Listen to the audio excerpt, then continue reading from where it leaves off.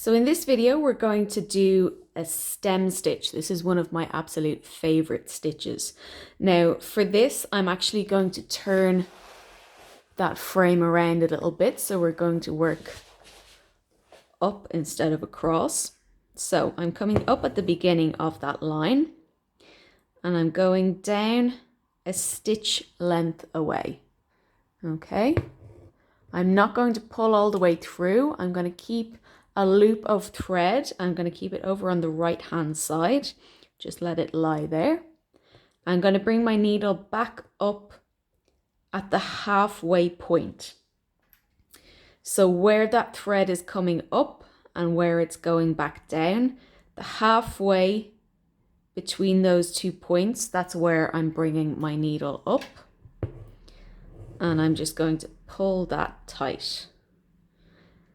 And again, I'm going to go down a little bit further along the line, keeping that loop of thread over to the right hand side.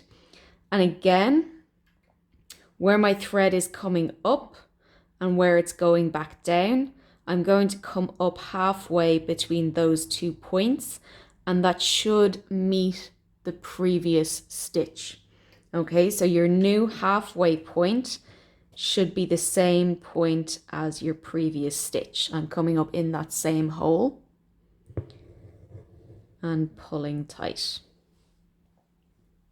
And again, a little bit further along the line and coming up at that new halfway point, up to meet the previous stitch.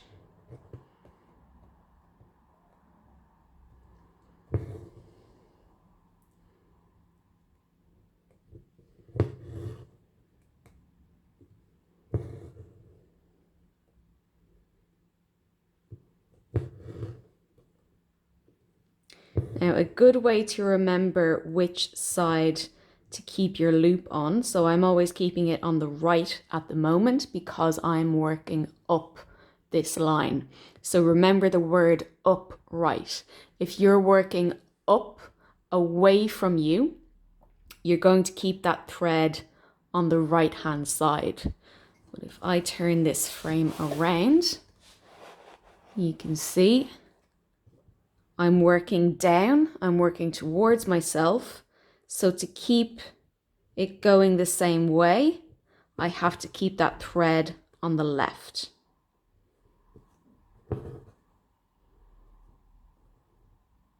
So to keep that nice and neat and even, I have to swap to the other side because I'm working down. So if you're working up and away from yourself, you're keeping to the right. So upright. If you are working to the side, I find it easiest to just turn the frame around so that you can see which way you're working. Or even if you can't turn the frame, just situate yourself so that you know which side you're keeping that thread on.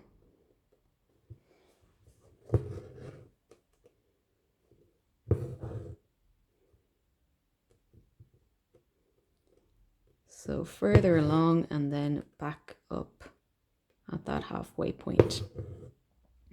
When you finish, so I'm going to finish here and then show you how to start again. So on the very last stitch, if you're running out of thread or if you come to the end of the line, you're just going to put your needle in where you normally would. Instead of keeping that loop, you're just going to pull it all the way through. Okay, that's how you finish off a line. If you want to start again with a new piece of thread, what you need to do is come up at that halfway point. So where I would have come up before, just coming up there at that halfway point, meeting the previous stitch. Okay. And back to where I was, back to doing that stem stitch.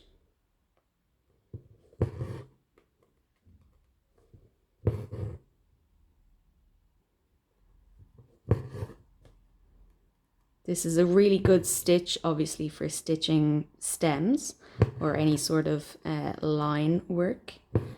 It can also work really nicely as a filling stitch, and I will do a little tutorial on that as well. It's another good stitch for doing lettering because it can get nice around those curves too. Okay, so that is your stem stitch.